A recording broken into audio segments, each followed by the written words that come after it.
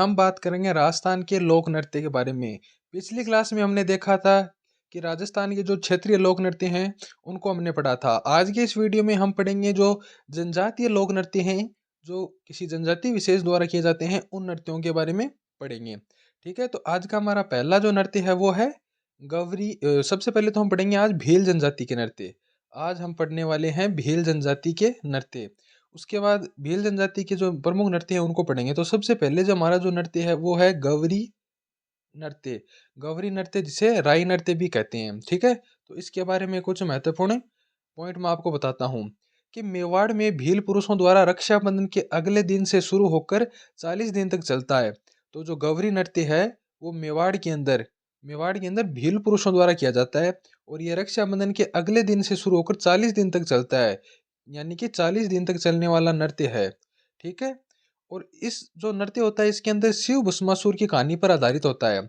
इस नृत्य के अंदर शिव भस्मासुर की जो कहानी है वो नृत्य के द्वारा दर्शाई जाती है। ठीक है, उसके बाद अगला पॉइंट है कि माता पार्वती के पात्र को राई कहते हैं। इस नृत्य के अंदर जो माता पार्वती का जो निभाता है पात्र, उसको राई कहते हैं। और शिव को पूरिया, जो कि पूरिया या बुढ़िया कहते हैं, जो नृत्य का मुख्य पात्र होता है। ठीक है, यानी कि मतलब शिव और पार्वती का जो पात्र निभाते हैं उनको राई और पूरिया कहते हैं। ठीक है, उसके बाद है कि जामट्या नाम का पात्र। इसके अंदर एक जामट्या नाम का भी कैरेक्टर होता है, पात्र मतलब कैरेक्टर। ठीक है, तो वो क्या करता है कि वो कविता बोलता है और उसे दोहराने वाला पात्र खटिया खटकड़िया कहलाता है। ठीक है, नाट्य का सूत्रधार कुटकुड़िया होता है, कुटकुड़िया।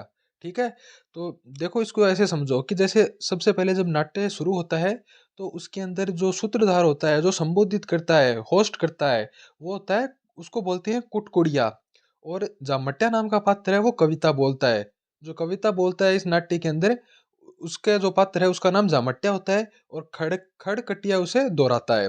ठीक है, उसके बाद उसके बाद भील जनजाति का सेकंड नृत्य है गे नृत्य। भीलों का सेकंड नृत्य है गे नृत्य। पहला हमने पढ़ा गौरी नृत्य, दूसरा नृत्य है गे नृत्य। तो इस नृत्य के क्या महत्वपूर्ण पॉइंट है वो मैं आपको बताता हूँ। तो सबसे पहले तो पॉइंट ये है कि होली के अवसर पर भील पुरुषों द्वारा किया जाता है। एक बात हमेशा ध्यान रखना कि बहुत सारे नृत्य ऐसे हैं जो होली के टाइम पर होते हैं। बहुत सारे नृत्य हैं जो होली के दौरान सबसे ज्यादा होते हैं। ठीक है, तो ये भी होली के दौरान भील पुरुषों द्वारा किया जाता है। अभी पीछे वाला कब हुआ था? रक्षाबंधन के अगले दिन से 40 दिन तक, और ये होगा होली के अवसर पर। ठीक है, इसके अंदर कुछ वाद्य यंत्रों का प्रयोग होता है। वो कौन कौन से होती हैं? जैसे ढोल, बांकिया, थाली नर्तक के हाथ में छड़ी खाड़ा कहलाती है। वह विशेष पोशाक पहनते हैं, उसे ओंगी कहते हैं। ठीक है, इसके अंदर वाद्य यंत्र कौन कौन से प्रयोग होते हैं? ढोल और बांकिया। ठीक है, और जो थाली नर्तक होता है, यानी कि हाथ में थाली लेकर नाचता है, उसके हाथ में एक छड़ी होती है जिसे खाड़ा कहते हैं। ठीक है, और इस नृत्य के अंदर जो पोशाक पहनी जाती है उसे ओंगी कहा जाता है। उस पोशाक को ओंगी कहा जाता है। ठीक है, इस बात को आपको ध्यान में रखना है। उसके बाद उसके बाद है, एक सेकेंड, हाँ, उसके बाद हो गया। हाँ, उसके बाद अगला पॉइंट है कि गोल घेरे में नृत्य करने के कारण इसे गेर अथवा नृत्य करने वाले को गेरिया कहा जाता है। इसके अंदर क्या होता है? एक गोल घेरा बनाया जाता है जिसके अंदर नृत्य किया जाता है, और इसके कारण, इस गोल घेरे के कारण इसको गेर कहा जाता है।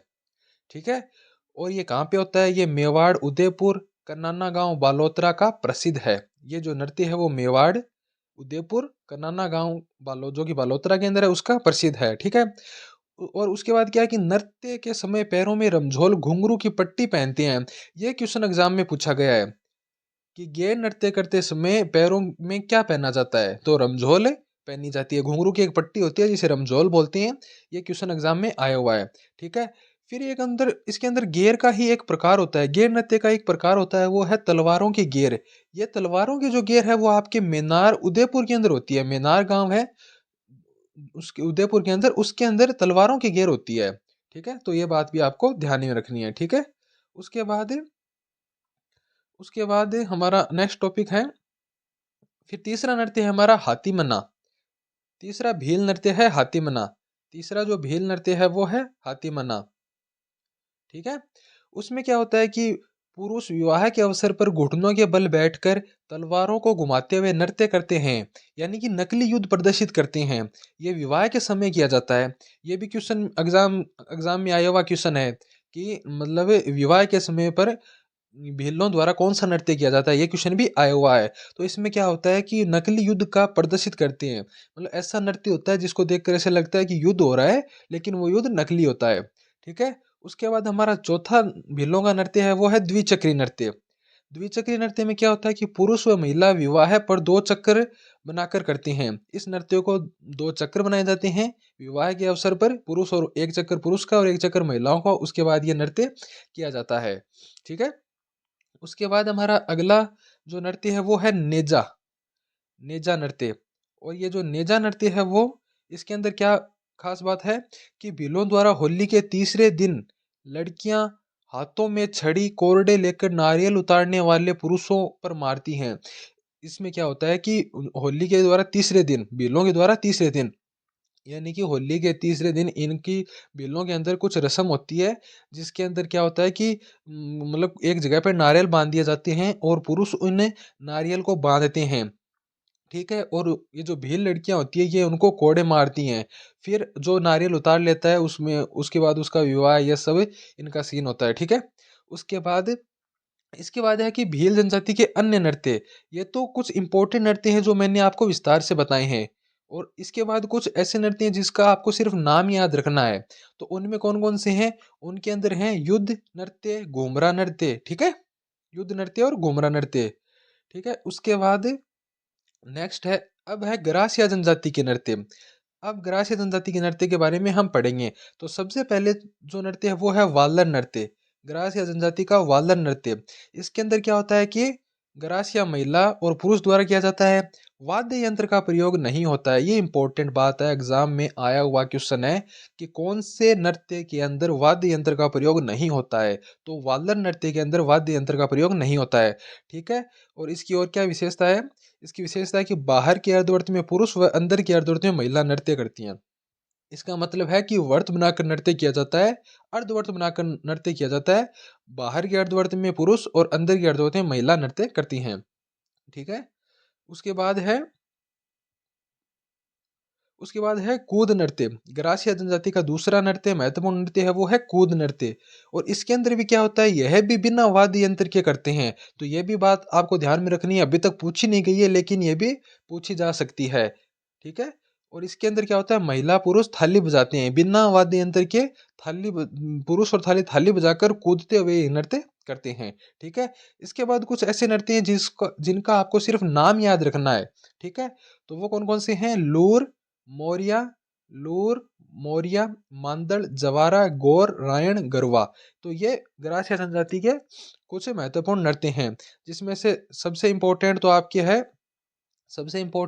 है कूद नृत्य और वालन नृत्य, कूद नृत्य, लूर, मोरिया, इन सबको आपको ध्यान में रखना है। ठीक है।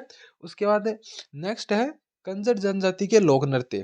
कंजर जनजाति के नृत्य, तो इनके अंदर तीन नृत्य होते हैं। देखो, महत्वपूर्ण नृत्य हैं वो तीन होते हैं। एक तो होता है चक्री नृत्य। ठीक है। जो कहाँ पे किया जाता है? बूंदी कोटा में कजली तीज के अवसर पर कंजर जाति की अविवाहित युवतियां चक्राकार नृत्य करती हैं। ठीक है। अब एक बात ध्यान में रखना, द्विचक्री नृत्य भीलों के अंदर होता है लेकिन चक्री नृत्य कंजर जाति के अंदर होता है। तो ये बात आपको ध्यान में रखनी है। द्विचक्री भीलों के अंदर और कंजर जाति के अंदर चक्री नृत्य। ठीक है। उसके बाद दूसरा है धाकड़ नृत्य। हथियार लेकर युद्ध कला का प्रदर्शन करते हैं। ठीक है। तो ये भी मतलब एक नकली युद्ध की तरह ये भी एक नृत्य है।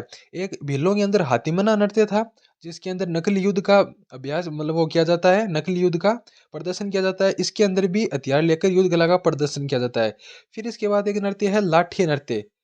इसके बाद है लाठी नृत्य। लाठी नृत्य भी हाड़ौती क्षेत्र में करते हैं। तो ये कंजर जनजाति के नृत्य हैं। ठीक है। उसके बाद हमारा है कालबेलिया जाति के नृत्य। उसके बाद हमारा जो नृत्य है वो है कालबेलिया जाति के नृत्य। ठीक है। तो इसके अंदर सबसे इंपॉर्टेंट तो है कालबेलिया नृत्य। सबसे इंपॉर्टेंट है कालबेलिया नृत्य। उसके अंदर क्या होता है, इसके अंदर क्या पॉइंट है वो आपको मैं बताता हूँ। तो देखो कि कालबेलिया जाति द्वारा किया जाता है ये तो पता है। ठीक है। फिर कंजरी, पुंगी, डफली, गुरालियो वाद्य यंत्र का प्रयोग किया जाता है। तो ये वाद्य यंत्र आपको ध्यान में रखने हैं कि कंजरी, पुंगी, डफली, गुरालियो वाद्य यंत्र का प्रयोग किया जाता है। फिर एक इम्पोर्टेंट बात है इसमें, वो इम्पोर्टेंट बात क्या है कि जो हमारा कालबेलिया नृत्य है ना, स्नेक चार्मर डांस जिसको बोलते हैं, इसको 2010 में ना यूनेस्को की अमूर्त विरासत सूची में शामिल किया गया है। ठीक है, ये बात आपको ध्यान में रखनी है, ये एग्जाम में बहुत बार पूछी जा चुकी है कि स्नेक चार्मर डांस कालबेलिया नृत्य को किस वर्ष यूनेस्को की अमूर्त विरासत सूची में शामिल किया गया, 2010 के अंदर। या फिर आपको ऐसा पूछ लेगा कि 2010 में राजस्थान के किस लोक नृत्य को यूनेस्को की अमूर्त विरासत सूची में शामिल किया गया है, तो वो कालबेलिया नृत्य, इसको आपको ध्यान में रखना है। ठीक है, और इसकी जो प्रसिद्ध नृत्यांगना है उसका नाम गुलाबो सपेरा है। इसकी जो प्रसिद्ध नृत्यांगना है उनका नाम गुलाबो सपेरा है, और ये गुलाबो सपेरा कहाँ की है, वो आपके कोटड़ा गांव अजमेर की हैं। ठीक है, तो ये आपको ध्यान में रखना है।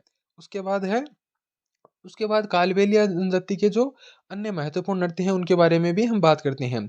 उसके बाद का जो नृत्य है वो है शंकरिया नृत्य। ये क्या होता है कि प्रेम कहानी पर आधारित युगल नृत्य होता है। एक है पणिहारी नृत्य, पणिहारी गीत पर आधारित युगल नृत्य है। फिर कालबेलिया जाति के अन्य भी कुछ नृत्य हैं जिसमें इंपॉर्टेंट क्या है, बागड़िया और इंडोनी। तो बागड़िया, इंडोनी, पणिहारी, शंकरिया और कालबेलिया, ये कालबेलिया जनजाति के नृत्य हैं, इनको आपको ध्यान में रखना है।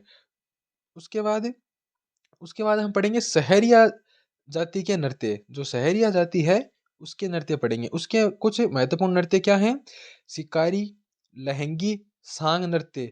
सांग नृत्य होता है वो युगल नृत्य है जिसके अंदर पुरुष और महिला दोनों करते हैं। ठीक है, बिछुआ केवल महिलाओं द्वारा किया जाता है। ये बात आपको ध्यान में रखनी है कि कौन सा नृत्य युगल नृत्य और कौन सा नृत्य केवल महिलाओं द्वारा या फिर केवल पुरुषों द्वारा किया जाता है। ये इस प्रकार के क्वेश्चन भी एग्जाम में पूछे जाते हैं कि महिलाओं द्वारा किया जाने वाला, केवल पुरुषों द्वारा किया जाने वाला। ठीक है, फिर एक नृत्य होता है झेला नृत्य। झेला नृत्य है वो फसल पकाई के समय युगल नृत्य है। तो झेला युगल नृत्य है। लहंगी, लहंगी एक हो गया शिकारी। सांग नृत्य, सांग नृत्य भी युगल है। बिछुआ है जो केवल महिलाओं द्वारा किया जाता है। तो ये सहरिया जाति के कुछ महत्वपूर्ण नृत्य थे। ठीक है, उसके बाद है कथोड़ी जाति के नृत्य। तो कथोड़ी जाति के दो महत्वपूर्ण नृत्य हैं, एक तो होली और एक है मावलिया। इनके सिर्फ आपको नाम ध्यान में रखने हैं। जो महत्वपूर्ण नृत्य थे उनको मैंने विस्तार से उनके पॉइंट बताए हैं, लेकिन इन नृत्यों के आपको नाम ही याद रखने हैं, बस इतना ही पूछा जाएगा। इसके अलावा और कुछ नहीं पूछा जाएगा इनमें से। ठीक है, उसके बाद हम देखेंगे मीणा जनजाति के नृत्य। जो मीणा जनजाति है उसके नृत्य कौन कौन से हैं, तो उसके नृत्य हैं रसिया और एक है सुगनी। जो सुगनी है वो पाली के अंदर किया जाता है। ठीक है, सुगनी नृत्य पाली के अंदर किया जाता है।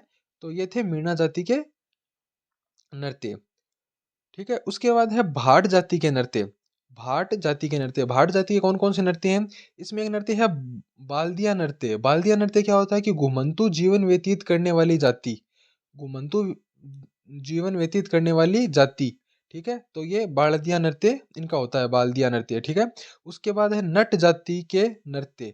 नट जाति के नृत्य, तो नट जाति का जो महत्वपूर्ण नृत्य है वो है कठपुतली। ये क्वेश्चन एग्जाम में आया हुआ है, कठपुतली। ठीक है, और अभी फिलहाल पशु परिचर के अंदर भी आया था कि कौन सा ऐसा नृत्य होता है जिसके अंदर मतलब सामाजिक जो मतलब सामाजिक गतिविधियों को दर्शाया जाता है, वो भी कठपुतली के माध्यम से दर्शाया जाता है। तो ये भी आपको ध्यान में रखना है। उसके बाद एक नृत्य, एक जाति है बंजारा जाति के नृत्य। तो बंजारा जाति का जो महत्वपूर्ण नृत्य है वो है मछली नृत्य।